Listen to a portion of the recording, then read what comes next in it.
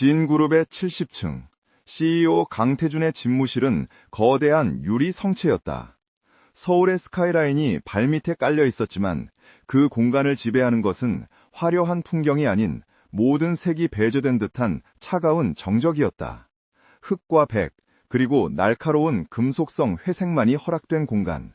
강태준은 그 정적의 중심이었다. 그는 거대한 마호가니 책상 뒤에 앉아 맞은편의 여자가 아닌 책상 위 얇은 서류철을 응시하고 있었다.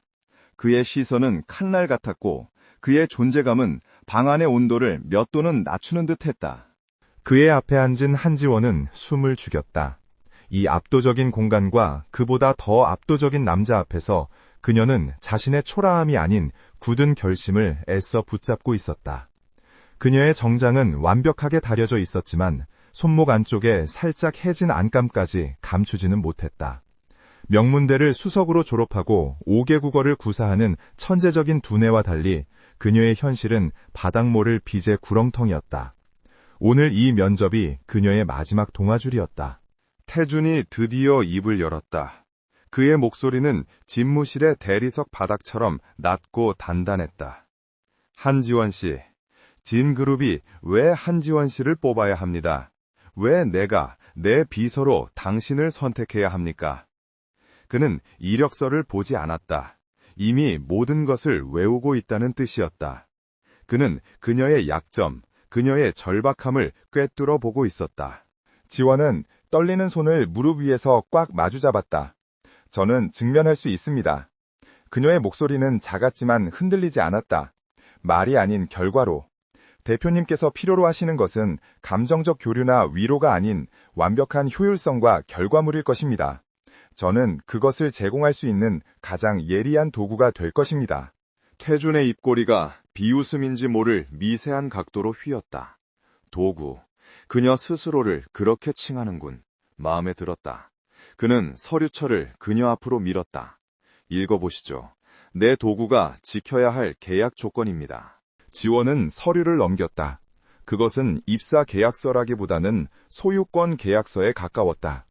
연봉은 상상을 초월했지만 조항들은 족쇄 그 자체였다. 제7조 24시간 상시 대기 의무, 제13조 사적인 연애 및 관계 금지, 제21조 계약기간 3년 내 중도 퇴사 시 연봉의 100배 위약금. 이것은 그녀의 삶을 3년간 진그룹에, 아니 강태준에게 저당 잡히는 것이었다. 그녀의 뇌리를 스치는 것은 병원 중환자실에 누워있는 어린 동생의 창백한 얼굴과 매일같이 날아오는 붉은색 압류 통지서였다. 그녀에게는 선택의 여지가 없었다. 망설임은 사치였다. 지원은 펜을 집어들었다. 그녀는 조항 하나하나를 다시 읽는 대신 마지막 장 서명란에 망설임 없이 자신의 이름을 적었다. 한지원. 그 세 글자가 잉크로 종이에 스며드는 순간 그녀는 자신의 영혼 일부를 파는 기분이었다. 태준은 그녀의 그런 모습을 흥미롭다는 듯 지켜봤다. 보통은 울거나 망설이거나 혹은 분노라도 해야 정상이었다. 그러나 그녀의 눈은 그저 굳은 결의로 차가울 뿐이었다. 그는 만족했다. 감정에 휘둘리지 않는 완벽한 부품. 그가 원하던 것이었다. 좋습니다. 내일부터 바로 출근하죠, 한 비서. 한 비서의 첫 주는 지옥이라는 단어로도 부족했다. 강태준은 그녀를 도구라고 불렀던 그녀의 말을 증명이라도 하듯 쉴 틈 없이 몰아붙였다. 3분 안에 아메리카노, 원두는 어제 말한 케냐 AA로 정확히 85도. 뉴욕지사 3분기 실적 보고서 1시간 안에 내 책상으로. 이사회 긴급 소집 30분 뒤. 그의 사무실은 24시간 꺼지지 않는 전쟁터였다. 태준은 잠을 자지 않는 사람처럼 일했고 그의 비서에게도 같은 것을 요구했다. 지원은 지난 일주일간 집은커녕 회사에 딸린 임시 숙직실에서 쪽잠을 자며 버텼다. 그녀의 눈은 퀭했지만 업무 처리는 칼 같았다. 커피는 2분 30초 만에 그의 책상에 놓였고 온도는 정확히 85도였다. 뉴욕지사 보고서는 50분 만에 제출되었으며 그가 놓칠 뻔했던 핵심 리스크 3가지가 붉은색으로 명확하게 요약되어 있었다. 긴급 이사회는 20분 만에 완벽하게 세팅되었다. 한지원은 기계처럼 정확했고 유령처럼 소리 없이 움직였다. 태주는 내심 놀랐다. 그는 그녀의 절박함을 보고 뽑았지만 그녀의 유능함에 감탄하고 있었다. 물론 그 감탄을 밖으로 드러내는 일은 없었다. 그는 더 완벽한 통제를 원했다. 그녀가 유능할수록 이 계약의 족쇄는 더욱 가치가 있었다. 그는 그녀가 감정적으로 무너지는 순간을 기다렸는지도 모른다. 사건은 그 주 금요일 모두가 퇴근한 자정이 다 되어서야 일어났다. 태주는 그날따라 유독 예민했다. 적대적 M&A를 시도하는 경쟁사 때문에 골치가 아팠다. 평소보다 2시간 늦게 퇴근하는 그의 뒤를 지원이 그림자처럼 따르고 있었다. 그녀의 손에는 그의 서류 가방과 코트, 그리고 자신의 낡은 가방이 들려 있었다. 1층 로비는 불이 꺼져 어두웠다. 오직 비상등만이 대리석 바닥을 희미하게 비추고 있었다. 그때 로비 한쪽에서 청소 카트를 밀던 아주머니가 어둠 속에서 갑자기 나타난 그들을 보고 놀라 뒷걸음질 쳤다. 어머나! 아주머니는 젖은 바닥에 미끄러졌고 요란한 소리와 함께 카트가 넘어졌다. 청소도구와 물이 사방으로 튀었다. 태주는 미간을 찌푸렸다. 성가신 일이었다. 그는 이런 사소한 방해를 극도로 혐오했다. 그는 넘어진 아주머니를 투명인간 취급하며 젖지 않은 바닥을 골라 그대로 지나치려 했다. 그의 비싼 구두가 더러워지는 것만이 그의 유일한 관심사였다. 대표님, 그를 부른 것은 지원의 목소리였다. 부드럽지만 단호한 음성이었다. 먼저 가 계십시오. 금방 따라가겠습니다. 태주는 불쾌감에 걸음을 멈추고 돌아봤다. 감히 계약서에 묶인 비서가 자신의 앞을 가로막고 명령을 내린단 말인가? 그러나 지원은 그를 보고 있지 않았다. 그녀는 자신의 가방을 바닥에 내려놓고 넘어진 아주머니에게 망설임 없이 달려갔다.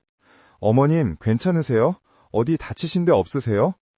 그녀의 목소리에는 사무실에서의 기계적인 차가움 대신 놀랄 만큼 따뜻한 온기가 실려 있었다. 지원은 아주머니의 팔을 부축해 일으켜 세웠다.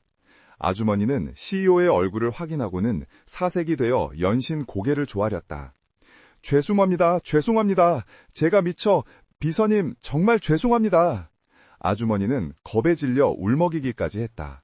태주는 그 광경을 차갑게 응시했다. 시간 낭비였다. 그는 지원의 행동을 이해할 수 없었다. 저런 하찮은 일에 시간을 쏟다니. 그는 입을 열어 그녀를 질책하려 했다. 한비서, 지금... 그때였다. 지원이 아주머니를 안심시키며 활짝 웃었다. 그 미소는 태준이 평생 본 적 없는 종류의 것이었다. 그것은 비즈니스를 위한 계산된 미소도, 상사에게 잘 보이기 위한 아부의 미소도 아니었다. 피곤에 지친 얼굴이었지만 그 순간만큼은 진심에서 우러나오는 순수하고 따뜻한 빛 그 자체였다. 정말 괜찮아요. 안 다치셨으면 됐어요. 늦은 시간까지 고생 많으시네요. 제가 얼른 치울게요. 태주는 그 자리에 얼어붙었다. 그 미소 하나가 마치 강력한 망치가 되어 그의 철옹성 같던 세상을 내리치는 것 같았다. 수십 년간 오직 이성과 논리 그리고 통제만으로 구축해온 그의 세계. 그 견고하던 벽에 처음으로 실금이 가는 소리가 들렸다. 그녀의 미소.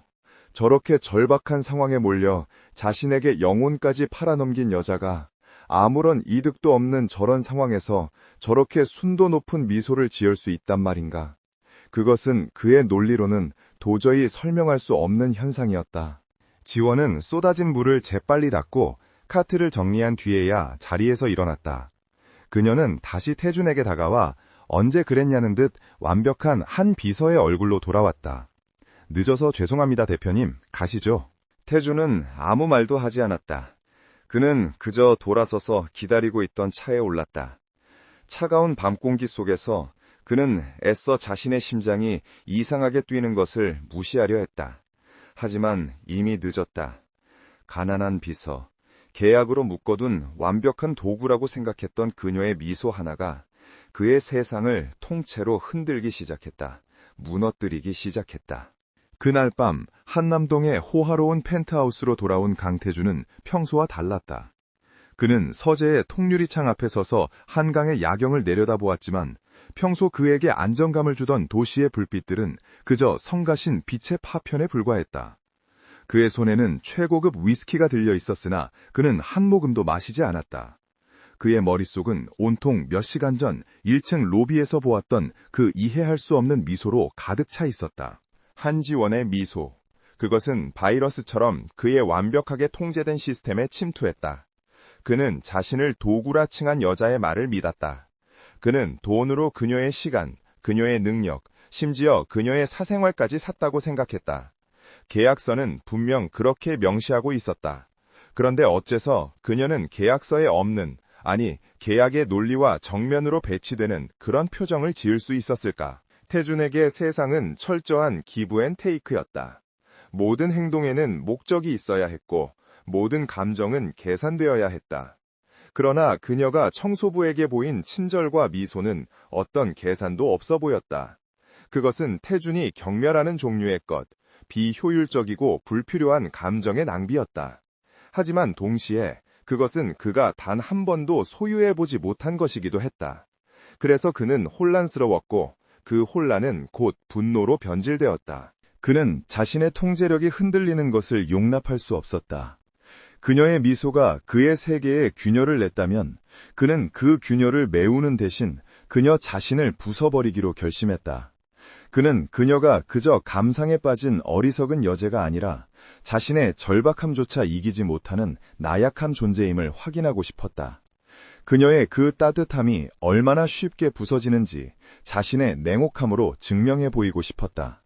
강태준은 그녀를 한계까지 밀어붙일 생각이었다. 다음 날 월요일, 지인그룹 비서실의 공기는 평소보다 더욱 얼어붙어 있었다. 태준은 주말 내내 모습을 보이지 않다가 새벽 5시에 지원에게 첫 번째 메시지를 보냈다. 오늘 아침 7시 이사회, 안건은 어젯밤 M&A 관련 업데이트. 30분 내로 모든 이사에게 소집 공지 및 자료 준비.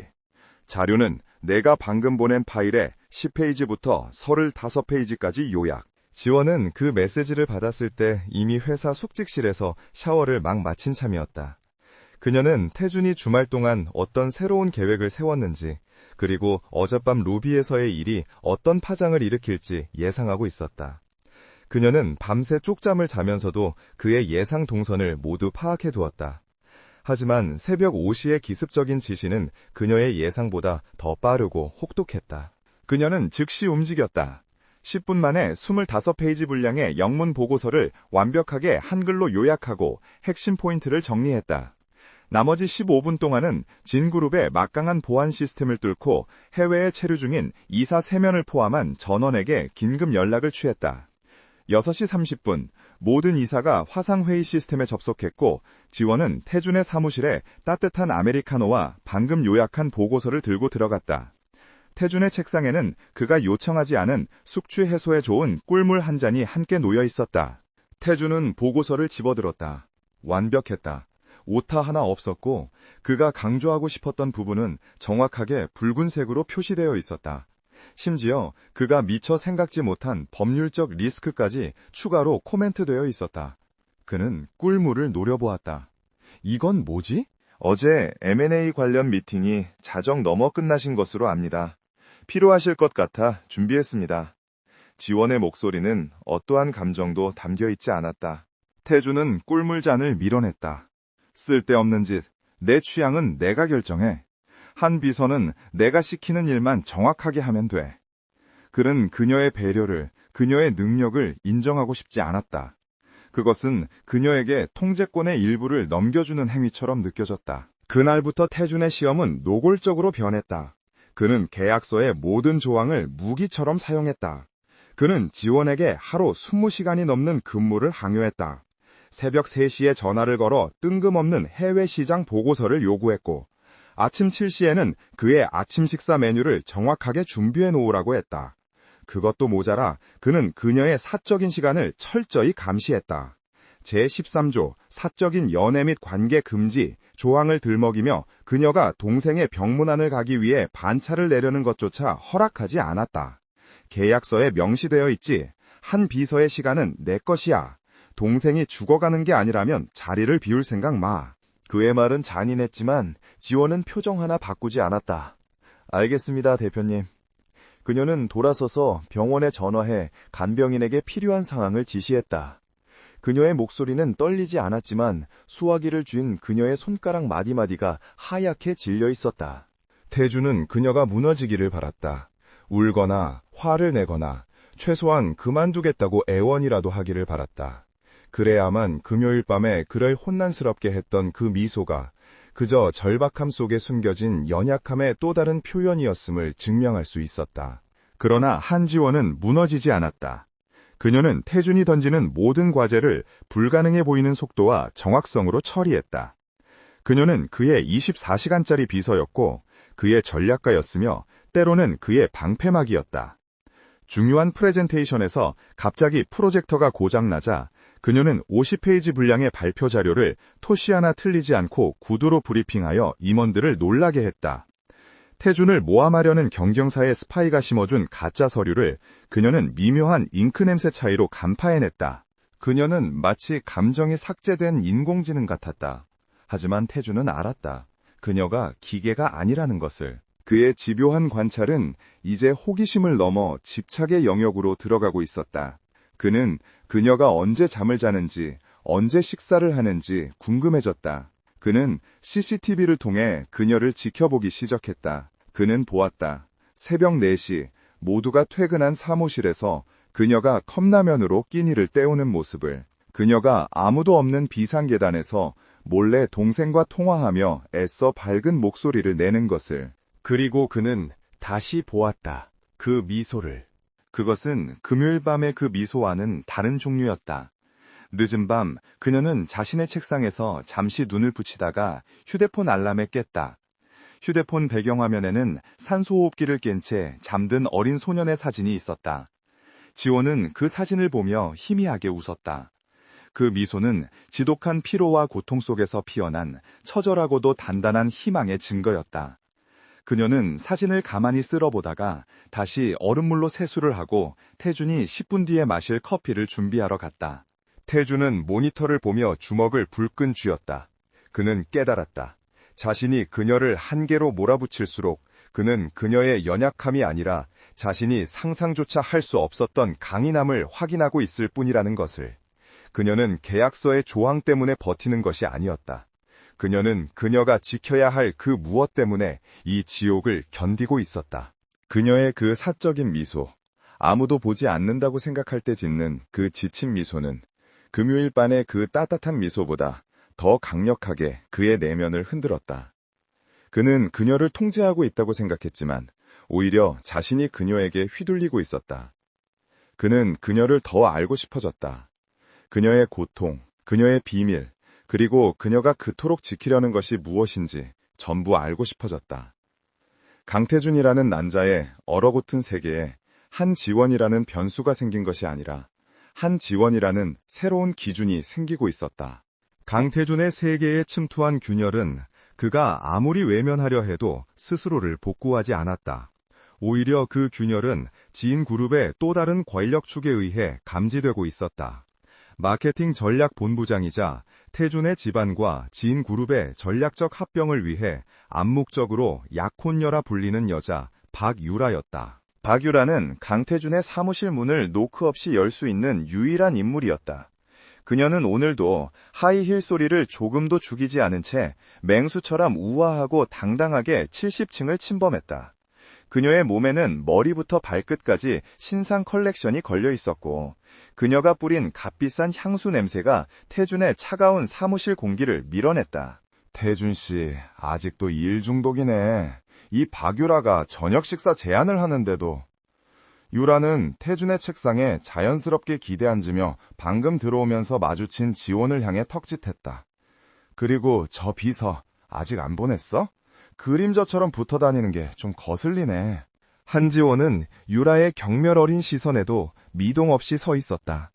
대표님께 결제받을 서류가 남았습니다, 본부장님. 됐어, 나가봐. 유라가 손을 휘저었다.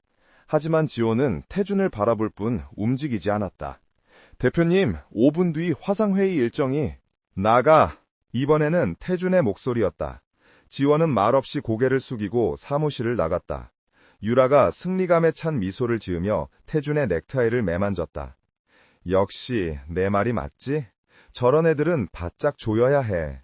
근데 태준 씨, 요즘 좀 변한 거 알아? 전에는 저런 애들한테 1초도 눈길 안 줬잖아. 태준은 유라의 손을 차갑게 밀어냈다. 무슨 용건이지? 제인그룹 마케팅 본부장으로 온 건가? 아니면 박 이사 따님으로 온 건가? 유라는 잠시 표정이 굳었지만 이내 다시 웃었다. 둘 다지. 하지만 지금은 약혼녀로서지. 태준 씨, 요즘 그 비서 얘기가 사내 게시판에 도는 거 알아? 강태준의 얼음을 녹이는 비서라나 우습지도 않아. 그녀의 눈이 가늘어졌다. 태준 씨답지 않게 그 애한테 너무 많은 시선을 주고 있어. 그건 위험한 신호야. 태준의 눈빛이 서늘해졌다. 내 사무실 일에 대한 평가는 내가 해. 박 본부장은 마케팅 실적이나 신경 써. 유라는 어깨를 으쓱했다. 충고라고 생각해. 난 태준 씨가 감정 따위에 발목 잡히는 꼴 못 보거든. 특히 저렇게 근본도 없는 애한테는. 그녀는 근본이라는 단어에 힘을 주었다. 그녀가 나가고 난 뒤 태준은 불쾌감에 휩싸였다. 유라의 말이 거슬려서가 아니었다. 그녀가 한지원을 정확히 감지했다는 사실이 불쾌했다. 그리고 그 감지가 자신의 통제력이 약해졌다는 증거처럼 느껴졌다. 그날 오후 박유라의 보복은 즉시 시작되었다. 그녀는 진그룹이 주최하는 대규모 자선 행사의 총책임자였고 비서실은 당연히 지원 업무를 맡고 있었다. 유라는 모든 임원과 언론사가 모인 자리에서 지원이 준비한 프레젠테이션 자료를 문제 삼았다. 한 비서! 유라가 마이크를 든 채 수백 명이 모인 리허설 홀에서 지원을 무대 중앙으로 불러냈다. 이 VIP 명단 대체 누가 정리한 거죠? K그룹 부회장님이 빠졌네요. 이런 기본적인 것도 체크 못하면서 강 대표님 비서 자격이 있다고 생각해요? 홀 안의 모든 시선이 지원에게 쏠렸다. 웅성거림이 파도처럼 밀려왔다. 지원은 당황하지 않고 침착하게 말했다. 본부장님, 그 명단은 최종본이 아닙니다. K그룹 부회장님은 오늘 아침 갑작스러운 해외 출장으로 불참을 통보하셨고 그 내용은 10분 전 본부장님 개인 메일로 업데이트 드렸습니다. 유라의 얼굴이 순간 붉어졌다. 자신이 보지도 않은 메일을 언급하며 반박당하자 그녀는 더 큰 소리로 지원을 몰아붙였다. 말대꾸하는 거예요? 내가 지금 그걸 몰라서 묻는 게 아니잖아. 과정이 어쨌든 결과적으로 VIP 명단에 오류가 있었던 거고 그건 비서실의 명백한 실수라고요. 그녀는 일부러 한 비서가 아닌 비서실 전체를 걸고 넘어지며 지원을 고립시켰다. 한지원은 그 모욕적인 순간에도 허리를 꼿꼿이 세운 채 입을 다물었다. 그녀의 침묵은 항변보다 더 큰 무게를 지니고 있었다. 태준은 이 모든 광경을 집무실 CCTV를 통해 실시간으로 지켜보고 있었다. 그는 유라의 유치한 권력 과시를 경멸했지만 그보다 더 그를 사로잡은 것은 모욕을 견디는 지원의 방식이었다. 그녀는 왜 반박하지 않는가? 왜 무너지지 않는가? 그 순간 태조는 잊고 있었던 과거의 기억과 마주했다. 그가 진그룹의 후계자로서 모든 것을 걸고 추진했던 첫 번째 신사업. 당시 그는 자신의 스승처럼 따르던 최 이사를 맹목적으로 신뢰했다. 그는 계약서나 담보 대신 신뢰와 의리라는 감정을 믿었다. 결과는 참혹했다. 최 이사는 핵심 기술을 경쟁사에 팔아넘기고 거액의 돈과 함께 잠적했다. 회사는 부도 직종까지 몰렸고 아버지는 충격으로 쓰러졌다. 그날 이후 강태준은 감정을 죽였다. 신뢰, 연민, 사랑, 그 모든 것은 인간을 나약하게 만드는 기생충에 불과했다. 그는 오직 차가운 논리와 돈, 그리고 모든 것을 명시하는 계약만을 믿기로 했다. 박유라와의 정략 결혼도 그 논리의 일환이었다. 그런데 한지원이 나타났다. 계약서로 묶어둔 감정이 배제된 완벽한 도구여야 할 그녀가 자꾸만 그가 봉인해둔 감정의 영역을 건드렸다. 박유라의 공격을 묵묵히 받아내는 지원의 모습에서 태준은 과거의 자신을 보았다. 배신당하고 모든 것을 잃었던, 무력했던 자신의 모습을. 한편 그날 밤늦게까지 야근을 하던 지원은 사무실 구석의 비상계단에서 몰래 전화를 걸고 있었다. 그녀의 목소리는 절박함으로 가득 차 있었다. 선생님, 제발 수술 날짜를 미루시면 안 됩니다. 돈은 어떻게든, 이번 주 안으로 반드시 1차 납입금을 부탁드립니다. 그녀는 전화를 끊고 주저앉았다. 그녀의 어깨가 가늘게 떨렸다. 그녀가 진그룹의 살인적인 연봉과 노예 같은 계약을 받아들인 이유는 단 하나, 동생 한지혁 때문이었다. 지혁은 희귀 심장 질환을 앓고 있었고 유일한 치료법은 미국에서 막 임상 승인을 받은 신기술 수술뿐이었다. 그 수술비와 이어지는 치료비는 밑빠진 독처럼 돈을 삼켰다. 아버지가 남긴 사채 빚에 동생의 병원비까지 그녀는 단 하루도 쉬어본 적 없이 달려왔다. 강태준의 계약서는 그녀에게 족쇄가 아니라 동생을 살릴 유일한 희망이었다. 같은 시각 태준은 자신의 사무실에서 단 한 명의 남자에게 보고를 받고 있었다. 제인그룹의 법무팀 소속이자 태준의 개인정보원으로 움직이는 김 실장이었다. 태준은 박유라의 공격 이후 참을 수 없는 충동에 사로잡혀 한지원의 모든 것을 파헤치라고 지시했다. 그의 얼음장 같은 이성은 그녀의 비밀을 알아내야만 이 혼란을 통제할 수 있다고 속삭였다. 김 실장이 내민 서류는 얇았지만 그 내용은 무거웠다. 한지원 비서의 신용정보입니다. 그리고 이것은 서울대병원 소아심장센터의 진료 내역입니다. 태주는 서류를 넘겼다. 이력서에 적힌 가족란의 그 평범한 단어, 남동생 한지혁, 그리고 이어지는 수십 장의 진료 기록, 수술 동의서, 그리고 천문학적인 금액이 찍힌 청구서들. 그녀가 제인그룹에서 받는 연봉의 2배가 넘는 금액이 이미 병원비로 청구되어 있었다. 서류 마지막 장에는 태준이 지시했던 3년 계약 위약금의 10배에 달하는 사채 대출 서류가 첨부되어 있었다. 태준은 자신이 내뱉었던 잔인한 말들을 떠올렸다. 동생이 죽어가는 게 아니라면 자리를 비울 생각 마. 그의 무심한 가정이 그녀에게는 매일의 현실이었던 것이다. 그는 CCTV 화면을 켰다. 비상계단에서 돌아온 한지원은 이미 완벽한 한 비서의 모습으로 돌아와 있었다. 그녀는 자신의 낡은 텀블러에서 차가운 물을 들이켜고 다시 모니터를 향해 무서운 속도로 키보드를 두드리고 있었다. 피로에 절어 창백했지만 그녀의 눈은 조금도 흔들리지 않았다. 태주는 처음으로 자신이 졌다는 것을 인정해야 했다. 그는 그녀를 계약으로 묶어 통제하고 있다고 생각했다. 하지만 아니었다. 그녀는 그 계약을 이용해 그보다 더 거대하고 잔인한 운명과 싸우고 있었다.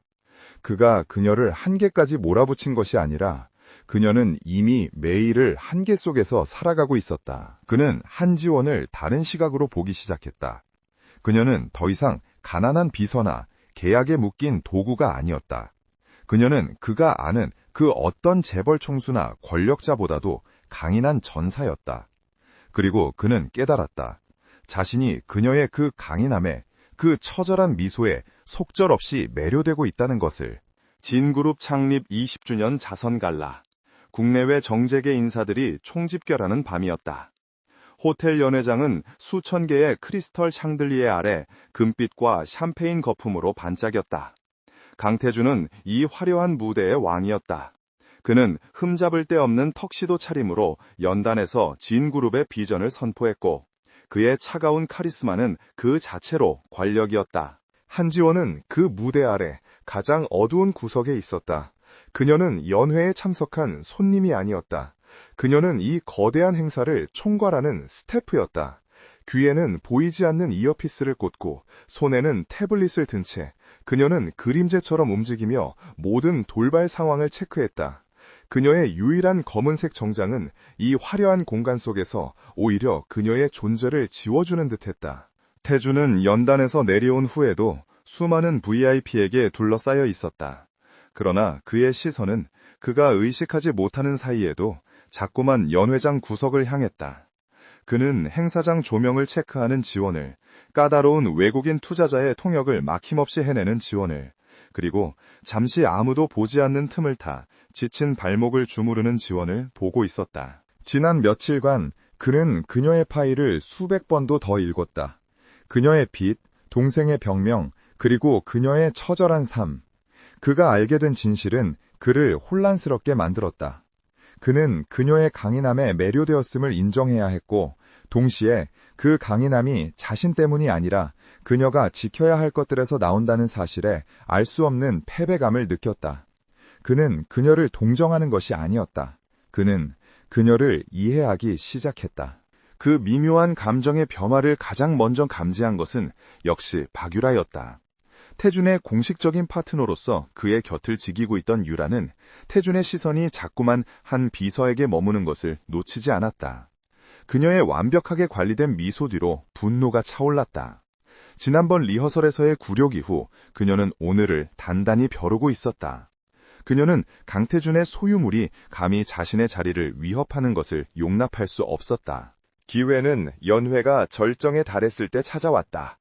지원이 VIP들의 동선을 마지막으로 체크하기 위해 중앙 복도를 가로지르던 순간이었다. 박유라가 마치 오래 기다렸다는 듯 손에 들고 있던 붉은 와인잔을 들고 그녀와 정면으로 마주쳤다. 어머! 유라의 입에서 나온 소리와 동시에 와인잔은 정확히 지원의 가슴팍을 향해 기울어졌다. 새하얀 실크 블라우스. 지원이 가진 유일한 행사용 정장이었다. 위로 붉은 와인이 짙은 얼룩을 만들며 흘러내렸다. 차가운 액체가 피부에 닿는 감촉보다 주변의 시선이 더 따갑게 살을 파고들었다. 연회장의 소음이 순간적으로 잦아들었다. 유라가 과장된 몸짓으로 입을 가렸다. 어머나, 미안해라 한비서. 거기 사람이 있는 줄도 몰랐네. 하긴 비서님이 워낙 눈에 안 띄는 스타일이라. 그녀의 목소리는 조롱으로 가득 차 있었다. 그녀는 손수건을 꺼내 자신의 손에 튄 와인을 닦아내며 지원을 위아래로 훑어보았다. 어떡하니, 그 옷 꽤 비싸 보이는데? 아니, 아닌가? 내 와인이 더 비쌀지도 모르겠네. 모욕이었다. 노골적이고 잔인한, 계급을 이용한 폭력이었다. 지원은 주먹을 꽉 쥐었다.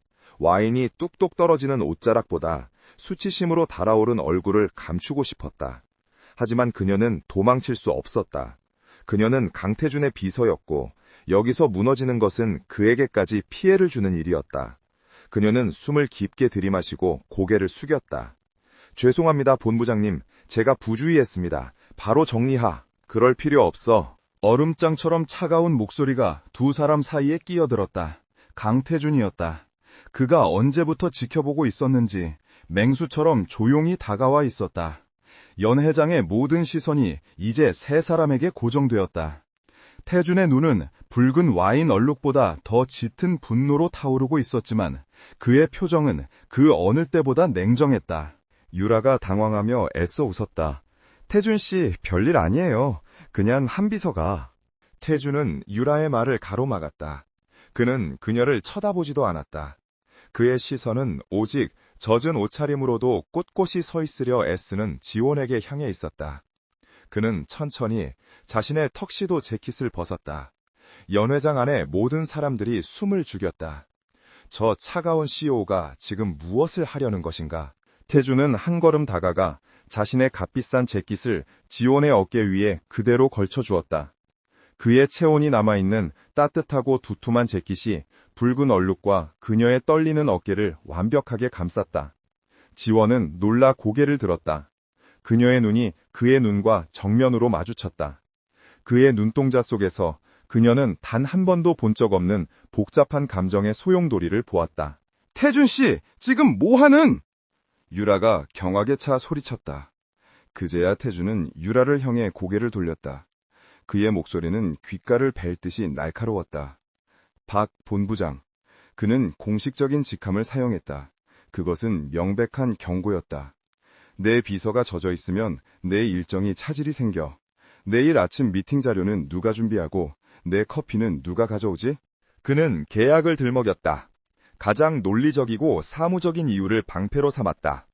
하지만 그 방패 뒤에 숨겨진 것은 누구도 속일 수 없는 명백한 보호였다. 그는 유라에게 한 걸음 더 다가갔다. 그의 키가 유라 위에 그림자를 드리웠다. 한 비서는 내 집무실 소속이야. 그의 낮은 목소리가 연회장에 울렸다. 그리고 내 집무실의 인원은 내가 관리해. 내 자산에 함부로 손대지 마. 자산. 그는 소유물이라는 단어 대신 그렇게 표현했다.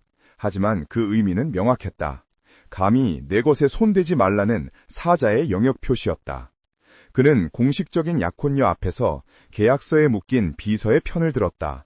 그것도 가장 공개적이고 가장 모욕적인 방식으로. 박유라의 얼굴은 분노와 굴욕감으로 하얗게 질렸다.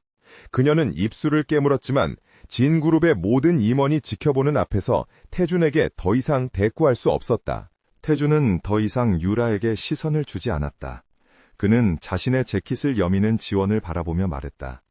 한비서, 행사는 끝난 것 같군. 먼저 퇴근해. 내일 그는 잠시 말을 멈췄다. 그녀의 창백한 얼굴과 그가 덮어준 재킷의 기묘한 조화. 아니, 지금 당장 내 차에서 대기해. 내가 직접 데려다 주지. 그것은 또 다른 명령이었지만 그 안에는 거부할 수 없는 보호의 의지가 담겨 있었다. 지원은 아무 말도 할 수 없었다. 그저 고개를 끄덕이는 것 외에는. 태주는 그녀를 스쳐 지나가며 그녀만이 들을 수 있을 정도로 작게 말했다. 내 재킷 더럽히지 말고. 차가운 말투였지만 그가 그녀를 이 굴욕적인 자리에서 빼내주었다는 사실은 변하지 않았다. 사내 게시판은 그날 밤 폭발했다. CEO, 약혼녀 앞에서 비서에게 턱시도 재킷을, 제인그룹 로맨스 혹은 전쟁의 서막. 태주는 자신의 확고한 규칙을 스스로 깨뜨렸다. 그는 감정을 드러냈고 사적인 일에 개입했다. 그 자신도 자신이 왜 그랬는지 설명할 수 없었다. 그저 그녀가 굴욕당하는 것을 보는 순간 계약서의 논리가 아닌 가슴속의 무언가가 먼저 반응했다. 계약의 경계선은 그렇게 붉은 와인 얼룩처럼 번지며 지워지고 있었다. 강태준이 공개적으로 한지원을 보호한 그날 밤의 갈라 행사는 JIN그룹의 폭풍을 몰고 왔다. 그 폭풍의 근원지는 박유라 본부장이었다. 그녀가 느낀 굴욕감은 단순한 질투를 넘어선 자신의 존재 자체를 부정당한 것과 같은 모욕이었다. 그녀는 강태준이 자신에게서 빼앗아간 체면을 되찾기 위해, 그리고 감히 자신의 것을 넘본 하찮은 비서를 뿌리째 뽑아버리기 위해 가장 잔인하고 확실한 방법을 선택했다. 폭풍은 가장 조용하고 예기치 못한 순간에 시작되었다. 그날 오후 태주는 제인그룹의 최대 주주인 해외 투자자들과의 화상회의에 묶여 있었다. 박유라의 아버지인 박 이사가 전략적 제휴를 명목으로 급작스럽게 잡은 거절할 수 없는 회의였다. 그리고 그것은 완벽하게 계획된 함정이었다. 태준이 회의실에 갇힌 바로 그 시각, 70층 CEO 집무실에 진그룹 감사팀이 들이닥쳤다. 그들은 경찰 병력처럼 일사불란하게 움직이며 지원의 책상을 포위했다. 한지원 씨, 감사팀장의 차가운 목소리가 비서실의 정적을 깼다. 진그룹의 적대적 M&A 시도 경쟁사였던 글로벌 테크 측에 1급 기밀 정보를 유출한 혐의로 긴급 감사를 실시합니다. 지원은 순간 무슨 말인지 이해할 수 없었다. 기밀 유출이라니요. 저는 그런 적 없습니다. 그녀의 목소리는 침착했지만 심장이 바닥으로 떨어지는 기분이었다. 증거가 확보됐습니다. 감사팀장은 그녀의 변명을 들을 생각도 없다는 듯 보안 요원에게 눈짓했다. 한지원 씨의 개인 컴퓨터와 모든 저장 매체를 압수합니다. 그리고 감사 종료 시까지 한지원 씨는 대기실 외의 장소로 이동할 수 없습니다. 그들은 그녀의 사적인 휴대폰까지 빼앗아 투명한 증거 수집 봉투에 넣었다. 모든 것이 그녀가 반박할 틈도 없이 진행되었다. 비서실의 모든 직원이 그녀를 범죄자 보듯 쳐다봤다. 불과 며칠 전 CEO의 재킷을 걸쳤던 그녀는 이제 회사를 배신한 스파이 혐의를 받고 있었다. 지원은 차가운 대기실에 홀로 갇혔다. 그녀는 태준에게 연락을 시도하려 했지만 모든 통신수단이 차단되었다. 그녀는 머릿속으로 필사적으로 상황을 분석했다. 이것은 명백한 함정이었다. 박유라였다. 하지만 그녀는 어떻게 증거를 조작했단 말인가? 그때였다. 그녀가 미처 압수당하지 않은 책상 서랍 속에 넣어두었던 오래된 업무용 보조폰이 진동했다. 동생의 병원에서 온 문자였다. 지원은 떨리는 손으로 문자를 확인했다. 그리고 그녀의 세상이 그 첫 번째 붕괴를 시작했다. 한지원 보호자님, 한지혁 환자의 미국 연계 수술 일정이 병원 측의 행정적 착오로 인해 전면 취소되었음을 알립니다. 또한 기존의 후원 연계 진료 지원이 중단되었으니 금주 내로 밀린 병원비 전액을 납부하지 않으실 경우 강제 퇴원 조치될 수 있습니다. 행정적 착오, 후원 연계 중단, 지원은 숨을 쉴 수 없었다. 박유라가 손을 쓴 것이었다. 제인그룹의 자선재단 혹은 박유라 가문의 영향력이 병원 전체를 쥐고 흔들고 있었다. 지원은 대기실 문을 부서져라 두드렸다. 전화 한 통만 쓰게 해주세요. 제발요. 사람이 죽을 수도 있어요. 하지만 돌아오는 것은 차가운 침묵뿐이었다. 그녀는 주저앉았다. 일자리를 잃는 것, 감옥에 가는 것, 거액의 소송에 휘말리는 것, 그 모든 것이 두려웠지만 견딜 수 있었다.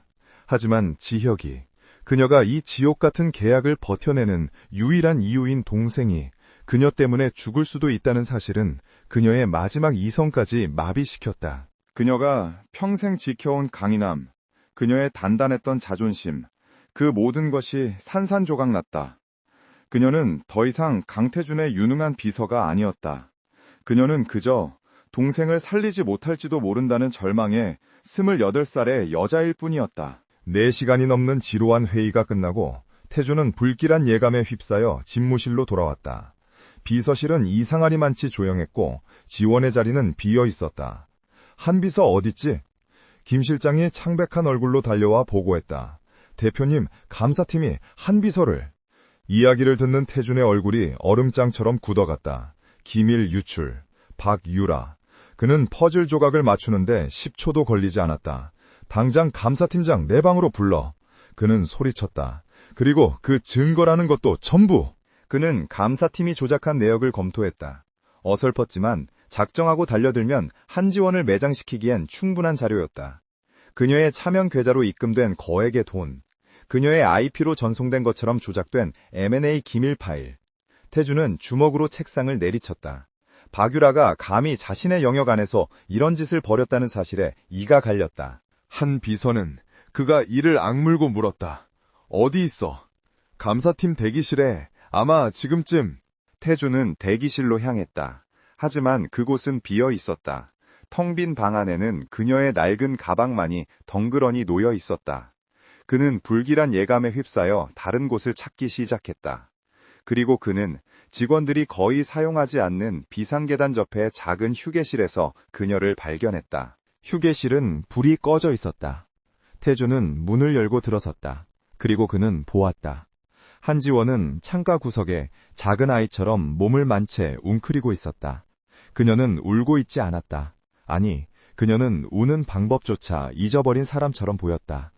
그녀의 손에는 동생의 사진이 담긴 오래된 보조폰이 쥐어져 있었고 그녀의 텅 빈 눈동자는 초점 없이 허공을 응시하고 있었다. 그녀의 얼굴에는 그동안 그를 혼란스럽게 했던, 그를 매료시켰던 그 어떤 감정도 남아있지 않았다. 피로, 결의, 따뜻함, 그리고 미소, 모든 것이 사라져 있었다. 그녀는 완벽하게 부서져 있었다. 태준은 그 자리에 못 박힌 듯 멈춰섰다. 그 순간 강태준이 수십 년간 쌓아올린 견고한 이성의 세계가, 그가 숭배했던 논리와 통제의 법칙이 와르르 무너져 내렸다. 가난한 비서를 계약으로 묶어둔 냉정한 CEO. 그러나 그녀의 미소 하나가 그의 세상을 완전히 무너뜨렸다. 그는 이제야 그 예언 같던 문장의 진짜 의미를 깨달았다. 그의 세상을 무너뜨린 것은 그녀의 미소가 아니었다. 그의 세상을 무너뜨린 것은 바로 지금 그 미소가 사라져버린 그녀의 죽은 얼굴이었다. 그는 그녀를 통제하기 위해 계약서라는 족쇄를 채웠다. 그는 돈과 규칙으로 그녀를 소유했다고 믿었다. 하지만 그 모든 것이 얼마나 무의미했는가. 그가 지키려 했던 것은 그의 규칙이었지만 그가 진정으로 원했던 것은 그녀의 빚이었다. 그런데 그가 만든 이 차가운 세계가, 박유라라는 괴물이 그녀의 빛을 꺼버렸다. 그는 그녀가 동생 때문에 버티고 있다는 것을 알았다. 그는 그녀가 얼마나 강인한지 알았다. 그런데 그런 그녀가 저렇게 무너졌다는 것은 박유라가 그녀의 마지막 희망, 그녀의 동생을 건드렸다는 뜻이었다. 차가운 이성이 사라진 자리에 용암처럼 뜨거운 분노가 치밀어 올랐다. 그것은 제인그룹의 CEO로서의 분노가 아니었다. 그것은 자신의 유일한 것을 빼앗긴 한 남자의 원초적인 분노였다. 한 비서, 그의 목소리에 지원이 천천히 고개를 들었다. 그녀의 눈이 그를 담았지만 알아보지 못하는 것 같았다. 그녀의 입술이 희미하게 달싹였다. 대표님, 제 동생이, 지혁이가... 그녀는 말을 끝맺지 못하고 다시 고개를 떨궜다. 태주는 더 이상 아무 말도 하지 않았다. 그는 성큼성큼 그녀에게 다가가 자신의 재킷을 벗어 그녀의 앙상한 어깨를 다시 감쌌다. 그리고 그는 그녀를 일으켜 세우는 대신 그녀 앞에서 자신의 휴대폰을 꺼내들었다. 그는 김 실장에게 전화했다. 그의 목소리는 죽음처럼 고요했지만 그 안에 담긴 분노는 휴게실의 공기를 얼려버릴 정도였다. 김 실장, 지금 당장 내 이름으로 서울대병원 병원장에게 연락해. 한지혁 환자, 내일 당장 미국으로 이송시킬 전세기를 준비해. JJ인그룹 법무팀 박유라 본부장에 대한 모든 자료를 긁어모아. 배임, 횡령, 직권남용, 모든 상관없어. 1시간 준다. 그는 전화를 끊고 이번에는 박유라에게 직접 전화를 걸었다. 신호가 가자마자 유라의 명랑한 목소리가 들려왔다. 태준 씨, 웬일이야? 나 지금 70층, 10분 안에 내 사무실로 와. 태준이 그녀의 말을 잘랐다. 안 오면 내가 직접 박 이사 집무실로 가지. 그리고 난 내 손으로 직접 당신의 모든 것을 부숴버릴 거야. 그는 전화를 끊고 여전히 떨고 있는 지원을 내려다보았다. 그의 세상은 무너졌다. 그리고 그는 기꺼이 그 폐허 위에 서기로 했다. 강태준은 휴게실에서 한지원을 이끌고 나왔다. 그는 부서져버린 그녀를 부축하듯 그러나 그 어느 때보다 단호한 소유의 손길로 그녀의 팔을 붙잡았다. 지원은 마치 영혼이 빠져나간 인형처럼 그의 힘에 이끌려 수동적으로 발걸음을 옮겼다. 그녀의 텅 빈 시선은 70층의 화려한 복도 대리석 바닥 그 한 점에만 고정되어 있었다. 그녀의 머릿속은 동생의 생사와 조작된 누명, 그리고 이 남자가 방금 내린 알 수 없는 명령들로 뒤엉켜 단 하나의 생각도 제대로 해낼 수 없는 상태였다. 태주는 그녀를 자신의 집무실, 그 거대한 성체의 심장부로 다시 데려왔다. 그는 그녀를 자신의 가죽 소파, 그녀가 감히 앉아볼 생각조차 못했던 그 자리에 거의 앉히다시피 했다. 그리고 그는 그녀의 맞은편에 서서 마치 폭풍의 눈처럼 고요하고 위태로운 모습으로 입구를 노려보았다. 얼마 지나지 않아 집무실 문이 거칠게 열리고 방유라가 씩씩거리며 들어왔다. 그녀는 방금 전 태준이 정화로 내뿜은 살기를 애써 무시하려는 듯 여전히 오만하고 화려한 모습이었다. 그녀는 소파에 넋이 나간 듯 앉아있는 지원을 발견하고는 경멸과 승리감이 뒤섞인 비웃음을 입가에 걸었다. 태준 씨, 이게 다 무슨 난리야. 저 여자는 왜 아직도 여기 있는 건데. 감사팀에서 이미... 닥쳐. 태준의 목소리는 속삭임처럼 낮았지만 방 안의 모든 공기를 얼려버릴 만큼의 무게를 담고 있었다. 유라의 미소가 얼굴에 그대로 얼어붙었다. 뭐라고? 태준은 그녀에게 한 걸음 한 걸음 다가갔다. 그의 움직임은 먹잇감을 앞에 둔 흑표범처럼 느긋했지만 그 눈빛은 모든 것을 찢어밟길 준비가 되어 있었다. 내가 10분을 줬지. 10분 만에 오느라 네가 저지른 짓의 증거들을 미처 인멸할 시간은 없었나 보군. 무슨 소리를 하는 거야? 유라가 목소리를 높였지만 그 끝은 미세하게 떨리고 있었다. 난 제인그룹을 위해서 저 스파이를... 스파이? 태준이 코웃음을 쳤다. 그는 자신의 책상으로 가 방금 김 실장이 가져온 태블릿을 집어들었다. 그리고 그것을 유라의 얼굴 앞에 집어 던지듯 내밀었다.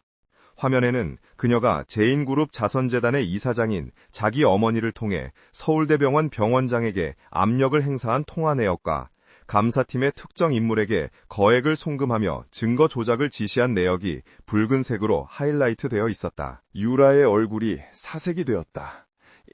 이걸 어떻게... 네가 감히 내 집무실, 내 사람을 건드렸어. 태준의 목소리는 이제 분노로 타오르고 있었다. 넌 한지원을 건드린 게 아니야. 넌 강태준의 소유물을 건드린 게 아니라고.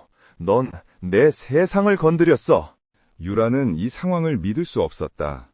고작 저 비서 하나 때문에, 고작 저 가난하고 보잘것없는 여자 하나 때문에 강태준이 자신들의 정략적인 동맹과 박 이사의 힘을 정면으로 거스르고 있었다. 그녀는 마지막 남은 이성으로 그를 설득하려 했다. 태준 씨, 제정신이야? 저 여자는 그냥 계약서로 묶어둔 고용인일 뿐이야. 네가 경멸하는 그 감정 따위에 휘둘려서 이 모든 걸 망칠 셈이냐고. 저 여자는 네가 돈으로 산 노예나 마찬가지잖아. 노예? 태준이 그 단어를 곱씹었다. 그는 유라를 지나쳐 자신의 책상 뒤 거대한 금고로 향했다. 비밀번호를 누르고 지문을 인식하자 묵직한 문이 열렸다. 그가 꺼낸 것은 제인그룹의 M&A 서류도 극비 신기술 자료도 아니었다. 그것은 얇은 서류철 하나, 바로 한지원이 처음 이곳에 왔을 때 서명했던 그 계약서 원본이었다. 그는 계약서를 들고 다시 유라와 지원의 사이로 돌아왔다. 그의 시선은 소파에 앉아 이 모든 광경을 멍하니 지켜보고 있는 지원에게 향했다. 그녀의 눈동자에 아주 희미하게 생기가 돌아오는 듯했다. 박유라, 태준이 말했다. 네가 믿는 건 이 종이 쪼가리인가? 나를 움직이는 게 이런 거라고 생각했나? 그는 계약서를 천천히 들어 올렸다. 그리고 유라의 눈앞에서 그것을 반으로 찢었다. 찢어지는 종이 소리가 집무실의 정적을 날카롭게 갈랐다. 그는 멈추지 않았다. 다시 반으로, 그리고 또 반으로. 그가 그녀의 삶을 3년간 속박하려 했던 모든 조항들, 24시간 대기, 사생활 금지, 그리고 그 살인적인 위약금, 이 그의 소나귀에서 무력한 종이 조각이 되어 바닥으로 흩날렸다. 박유라는 숨을 삼켰다. 강태준이 스스로의 규칙을 파괴했다. 태준은 종이 조각을 바닥에 번져버리고 멍하니 그를 올려다보는 지원의 앞에 무릎을 굽혔다. 그는 그녀와 눈을 맞췄다. 그의 얼음 같던 눈동자가 그녀의 부서진 모습에 대한 고통과 알 수 없는 열망으로 일렁이고 있었다. 한지원 씨. 그가 처음으로 그녀를 한 비서가 아닌 한지원으로 불렀다. 미안하군. 내가 실수했어. 이 계약은 처음부터 잘못됐어. 내가 당신을 통제할 수 있다고 믿었던 건 내 오만이었어. 그의 목소리는 낮고 진중했다. 당신은 자유야. 이 계약은 이제 없어. 진그룹은 당신에게 어떤 법적 책임도 묻지 않을 거야. 아니, 박유라 본부장의 무고죄와 직권남용에 대해 진그룹이 당신에게 보상해야겠지. 그는 잠시 숨을 골랐다. 그리고 당신 동생, 지원의 어깨가 그 말에 움찔했다. 내 전용기가 2시간 뒤에 이륙해. 서울대병원 팀과 미국 최고의 심장 전문의가 함께 탈 거야. 수술 일정은 이미 잡혔어. 모든 비용은 내가 지불해. 제인그룹이 아니라 강태준 내가. 그는 일어섰다. 그러니 가도 돼. 이 지옥 같은 곳에서, 내게서 벗어나. 그것은 그녀가 그토록 바라던 자유였다. 모든 빚이 사라지고 동생이 살 수 있는 완벽한 해방이었다. 그녀는 이대로 일어나서 이 남자의 재킷을 벗어던지고 뒤도 돌아보지 않고 떠나면 그만이었다. 하지만 지원은 움직이지 않았다. 그녀는 천천히 고개를 들었다. 그녀의 텅 비었던 눈에 서서히 빛이 돌아오고 있었다. 그녀는 바닥에 흩어진 계약서 조각들을 보았고 분노와 절망으로 일그러진 박유라의 얼굴을 보았다. 그리고 마지막으로 자신에게 자유를 선언했지만 어째서인지 세상에서 가장 상처받은 표정을 하고 서 있는 강태준을 보았다. 그녀는 깨달았다. 이 남자는 자신의 세상을 지키기 위해 계약서를 찢은 것이 아니었다. 그녀는 무너진 그녀의 세상 앞에서 자신의 세상을 함께 무너뜨린 것이었다. 지원은 소파를 짚고 천천히 자신의 힘으로 일어섰다. 그녀는 어깨에 걸쳐진 그의 재킷을 여몄다. 아니요. 그녀의 목소리는 작았지만 집무실의 모든 것을 압도할 만큼 단단했다. 태준과 유라의 시선이 동시에 그녀에게 향했다. 안 갑니다, 대표님. 지원이 말했다. 그녀는 태준의 눈을 똑바로 바라보았다. 더 이상 계약에 묶인 비서의 눈빛이 아니었다. 이 계약서 때문에 여기 있었던 게 아닙니다. 그리고 지금 이 계약서가 사라졌다고 해서 제가 떠나야 할 이유도 없습니다. 그녀는 자신의 자리를 찾았다. 강태준의 옆, 그러나 그에게 종속된 자리가 아닌 그와 나란히 서는 자리였다. 저는 제 의지로 여기에 있겠습니다. 대표님의 비서로. 아니, 그녀는 잠시 숨을 골랐다. 강태준 씨의 사람으로. 그것은 선언이었다. 족쇄가 풀린 순간 그녀는 도망치는 대신 머무는 것을 선택했다. 강태준의 세상은 그녀의 미소에 무너졌지만 지금 이 순간 그녀의 그 한마디에 다시 세워지고 있었다. 전혀 다른, 그가 한 번도 상상해 본 적 없는 따뜻하고 강인한 세상으로. 집무실의 공기는 찢어진 계약서 조각들만큼이나 날카롭게 흩어져 있었다. 박유라의 경악과 분노에 찬 시선이 강태준에게서 한지원에게로, 그리고 다시 태준에게로 향했다. 그녀는 이 모든 상황을, 자신이 완벽하게 구축한 계획이 한순간에 무너져 내린 이 현실을 받아들일 수 없었다. 그녀는 바닥에 떨어진 종이 조각을 히스테릭하게 주워들려 했다. 이럴 순 없어! 강태준, 너 지금 제정신이야? 고작 저 여자의 하나 때문에? 우리 가문과 진그룹의 미래를! 우리 가문? 태준이 싸늘하게 그녀의 말을 끊었다. 제인그룹의 미래를 담보로 내 사람을 해치려 한 건 박유라 당신이야. 그는 인터폰의 보안 버튼을 눌렀다. 김 실장, 당장 보안팀 올려보내. 박유라 본부장이, 아니 박유라 씨가 내 집무실에서 소란을 피우고 있어. 지금부터 제인그룹 건물 전체에 대한 박유라 씨의 출입 권한을 정지시켜. 강태준! 유라가 절규하듯 소리쳤다. 이렇게 안 끝나. 우리 아버지가 널 가만두지 않을 거야. 곧이어 들이닥친 보안팀 요원들이 당황한 유라의 팔을 정중하지만 단호하게 붙잡았다. 그녀는 마지막까지 태준을, 그리고 그 옆에 꼿꼿이 서 있는 지원을 저주하듯 노려보며 끌려나갔다. 70층의 무거운 문이 닫히고 집무실에는 다시 한번 태준과 지원, 단둘만이 남았다. 사무실에는 무거운 침묵이 흘렀다. 바닥에는 그들의 관계를 규정했던 계약의 잔해들이 흩어져 있었다. 태준은 그 잔해들을, 그리고 그 앞에 서 있는 지원을 바라보았다. 그는 자신의 모든 것을 걸고 그녀를 지켰지만 이제 그녀가 선택이라는 카드를 꺼내들자 오히려 그가 할 말을 잃었다. 그의 세상은 그녀로 인해 무너졌고 이제 그녀의 손에 다시 세워질 운명에 처했다. 그는 여전히 상처받은 맹수처럼 위태로워 보였다. 한지원 씨, 그의 목소리가 조금 잠겨 있었다. 내가 당신을 자유롭게 해주겠다고 했어. 내 옆에 있겠다는 그 선택, 그게 동생을 위한 거래라면 그럴 필요 없어. 지역구는 내가 책임지고. 거래가 아니에요. 지원이 그의 말을 끊었다. 그녀는 그에게 한 걸음 다가섰다. 그녀의 눈은 더 이상 절망이나 공포가 아닌 그가 처음 보았던 그 따뜻한 미소보다 더 깊은 이해와 연민으로 빛나고 있었다. 대표님은 제 동생을 살리셨죠. 하지만 그녀는 바닥의 종의 조각을 바라보았다. 저 계약서를 찢으신 순간 대표님은 제 목숨뿐만 아니라 제 영혼도 구해주신 거예요. 그녀는 태준의 눈을 똑바로 바라보았다. 저는 지난 몇 년간 빚과 절망에 쫓겨 저 자신이 도구가 되는 것을 선택했어요. 그렇게 해야만 버틸 수 있었으니까요. 하지만 대표님은 저보다 더한 지옥 속에서 스스로를 얼음성에 가두고 되셨더군요. 지원은 손을 뻗어 태준이 재킷으로 감싸주었던 자신의 어깨가 아닌 바닥에 떨어진 계약서 조각 하나를 주워들었다. 이건 족쇄였어요. 저에게도, 그리고 어쩌면 대표님에게도. 그녀는 그 종이 조각을 그네 책상 위에 올려놓았다. 이제 저는 계약에 묶인 비서가 아니에요.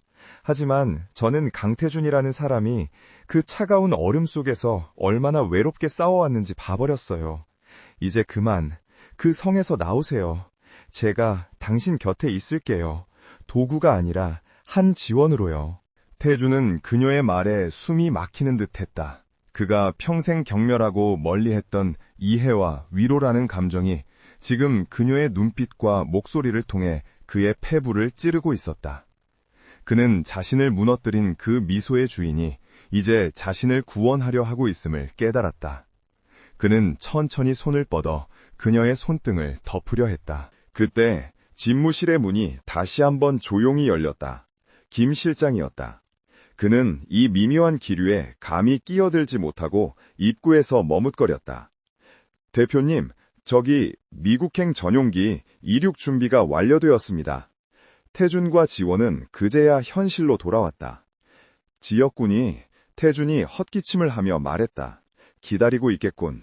네, 지원의 얼굴에 다시금 동생에 대한 걱정과 희망이 교차했다. 함께 가. 태준이 즉각적으로 결정했다. 아니, 가야 해. 동생 곁에 있어줘. 제인그룹 일은 내가 알아서 하지. 지원은 그를 바라보았다. 박유라와 그녀의 아버지가 제인그룹에 가할 반격은 상상을 초월할 것이었다. 지금 이 순간 태준은 가장 강력한 적을 만들었고 가장 유능한 비서를 잃을 위기에 처했다. 그녀는 고개를 저었다. 아니요, 저는 동생에게 가야 하지만 대표님을 혼자 둘 수도 없어요. 그녀의 그 말에 태준의 얼어붙었던 심장이 녹아내리는 소리가 들렸다. 그는 처음으로 아주 희미하게 미소 비슷한 것을 지었다. 그럼 이렇게 하지. 6개월 후 서울 스카이파크. 가을 햇살이 억새밭 위로 부서지던 어느 주말 오후, 공원 한가운데서 어린아이의 힘찬 웃음소리가 울려 퍼졌다. 누나, 나 잡아봐! 한지혁이었다. 6개월 전 죽음의 문턱에서 돌아온 소녀는 이제 믿을 수 없을 만큼 건강한 모습으로 잔디밭을 뛰어다니고 있었다. 성공적인 수술과 재활을 마친 지혁은 예전의 창백함 대신 건강한 홍조를 띤 얼굴로 누나에게 장난을 치고 있었다. 한지원은 벤치에 앉아 그 모습을 바라보며 더 이상 피로와 고통에 물들지 않은 순수하고 행복한 미소를 짓고 있었다. 그녀의 옷차림은 더 이상 낡은 정장이 아니었다. 편안하면서도 세련된 캐주얼 차림은 그녀가 진그룹 전략기획실의 최연소 팀장이라는 직함에 걸맞은 여유와 자신감을 보여주었다. 그녀는 더 이상 비서가 아니었다. 태주는 그녀가 가진 진짜 능력을 그의 도구가 아닌 그의 파트너로서 발휘할 수 있도록 새로운 자리를 만들어주었다. 그때 따뜻한 커피잔 2개가 그녀의 시야로 들어왔다. 고개를 들자 강태준이 서 있었다.